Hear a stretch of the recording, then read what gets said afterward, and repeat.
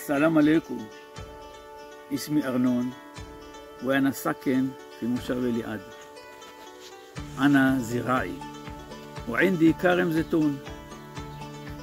عندي في الشغل بيشتغلوا كتير عمال عرب وحبيت أحكي معهم بالعربي وأفهم عليهم لما بحكوا بالعربي خلال الشغل.